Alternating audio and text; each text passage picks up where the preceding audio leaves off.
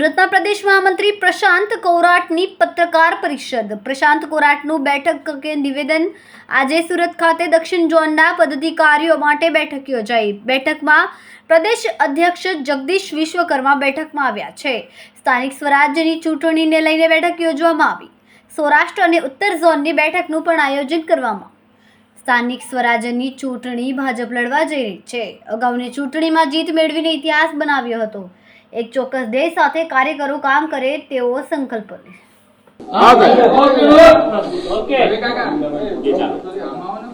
આજે સુરત ખાતે દક્ષિણ ઝોનના પદાધિકારીઓની બેઠક માટે પ્રદેશ ભારતીય જનતા પાર્ટીના યશસ્વી અધ્યક્ષ આદરણીય શ્રી જગદીશભાઈ વિશ્વકર્મા આવ્યા છે. આગામી સ્થાનિક સ્વરાજની ચૂંટણીને ધ્યાનમાં રાખીને મંડળથી લઈને જિલ્લા સુધીના બધા જ કાર્યકર્તાઓને ઝોન્સ મળવાનું થાય એ પ્રકારે એમનો ગુજરાત પ્રદેશની અંદર પ્રવાસ ચાલી રહ્યો છે અને આજે શરૂઆત દક્ષિણ ઝોનથી થઈ છે. બપોર પછી મધ્ય ગુજરાતની અંદર મધ્ય ઝોનની બેઠક છે. 30 તારીખે સૌરાષ્ટ્રની અંદર છે અને 1 તારીખે ઉત્તર ઝોનની આ જ શ્રેણીમાં બેઠકનું આયોજન કરવામાં આવ્યું છે. માન્ય પ્રદેશ અધ્યક્ષજીના નેતૃત્વમાં આગામી સમયમાં સ્થાનિક સ્વરાજની ચૂંટણી ભારતીય જનતા પાર્ટી લડવા જઈ રહી છે.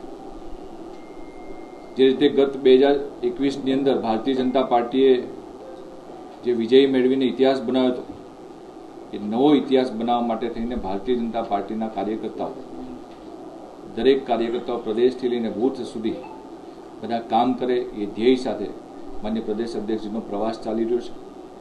જે પ્રકારે આપ સૌ જાણો છો કે દેશના યશસ્વી પ્રધાનમંત્રી શ્રી માન્ય નરેન્દ્રભાઈ મોદીજીના નેતૃત્વમાં દેશની અંદર કામ થઈ રહ્યું છે. દેશની અંદર છેવાડાના લોકો સુધી સરકારની યોજનાનો લાભ પહોંચી રહ્યો છે.